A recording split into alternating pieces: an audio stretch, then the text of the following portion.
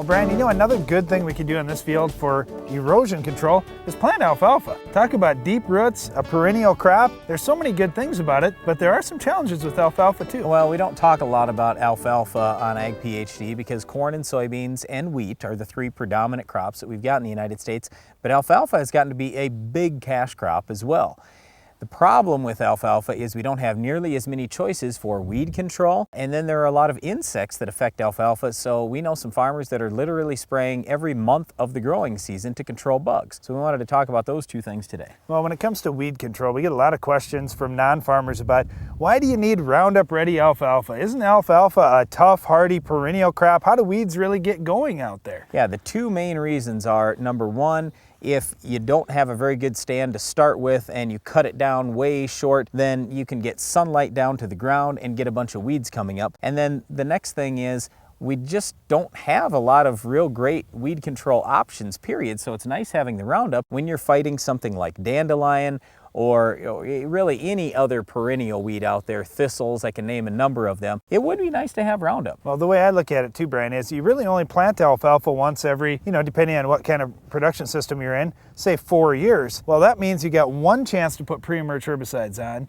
in 4 years. Right. Then after that, wow, you've got a stand out there and you pretty much better hope you have good crop canopy. If you have any reason, I mean, there's some winter kill, there's whatever, some root rot, something like that, that's going to open up that canopy a little bit, you're going to have some fights on your hands. Well, I also think that a lot of people don't worry so much about weeds in alfalfa, and then they start to get pretty thick because they figure, well, I'm going to cut this thing every month or month and a half, and that'll cut the weeds down. Well, yeah, to some degree that does. You might not have as much stuff going to seed, but then it means you're going to have different weeds coming in there. Something like dandelion that stays pretty low to the ground. It's a simple perennial, but it's still a perennial weed. And dandelion, in my opinion, is the worst problem that we can get in alfalfa. And I often tell guys, look, if the dandelions are so bad, I think you just need to rip that stand up. So once you're to year 3, year 4, and you say, oh, dandelions are starting to get pretty thick, yes, there are some things we can do, but if it was me, I'd probably just rip the stand up. Well, with dandelion, it's not very easy because once it's in that crop, there really aren't good post-emerge in-crop uses. So you have to do something while that alfalfa is dormant. Now, there are guys that use Sencor, but Sencor is pretty iffy. You've really got to watch out with what kind of soil type you have. If you've got sandier soil, your chance of injury from the Sencor is much higher.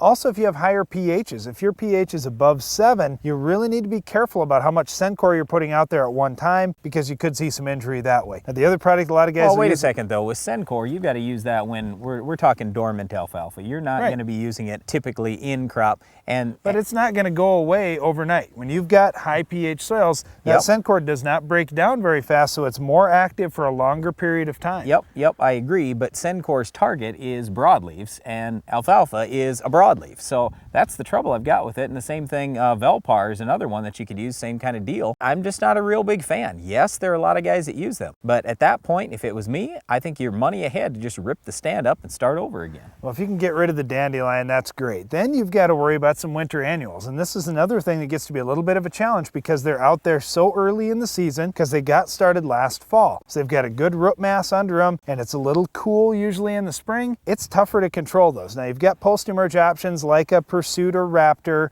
or a Bucktril. They'll do a nice job or at things. Combination. They'll do a nice job on things like Pennycrest, Shepherd's Purse, those types of winter annuals. But then you've got those grasses, Brian, and they won't do, well, Raptor will do a little bit, but not on perennials like quack. No, it's not going to do very much. One other thing I wanted to get to before we talk about grass, though, is Bucktril Butarac. If you want to go out there for dandelions or some of these winter annuals, that is another combination. So you could do Bucktril Pursuit, Bucktril Raptor, or Bucktril Butarac, and Butarac is 2,4-DB. That's a basically 2,4-D that they designed for beans and alfalfa that was supposed to be safe. It's not that safe, so well, I really don't like that. An ounce or something like that. Right, yeah, an ounce or two. That's it's a very low rate. But now you're talking about quack grass, and that's a perennial grass. Now you think about grass control in alfalfa, and yes, the Pursuit or Raptor, they're going to do something for those annual grasses. But when it comes to those tough perennials, that's where a Roundup Ready alfalfa is nice. It's where some guys just give up and rip up the stand. Yeah, but it's not that bad. I don't think I'd do that. I'd go with like a high rate of Select Max or one of those grass killers. Sure, it might not be perfect, but it's going to really ding that down, and then you'll get that alfalfa up and growing again good.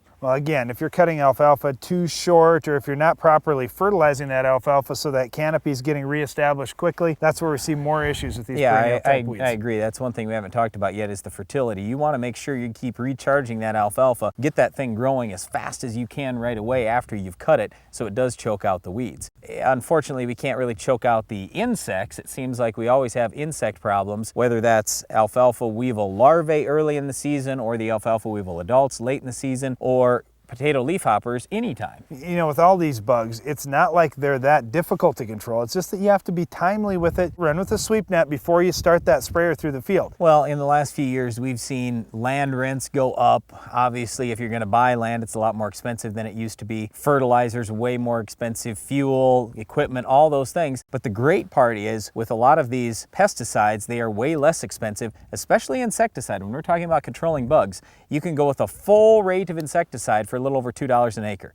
I mean, that's tremendous. And even a lot of the herbicides are less in price than they were 5 years ago. So you just want to make sure you're out there controlling the weeds, controlling the bugs. You can do all that for very little money, and then you'll have the best overall stand and the most overall net income on your farm. But we didn't even talk about our weed of the week, Brad. How are we going to control it in alfalfa? We'll let you know later in the show.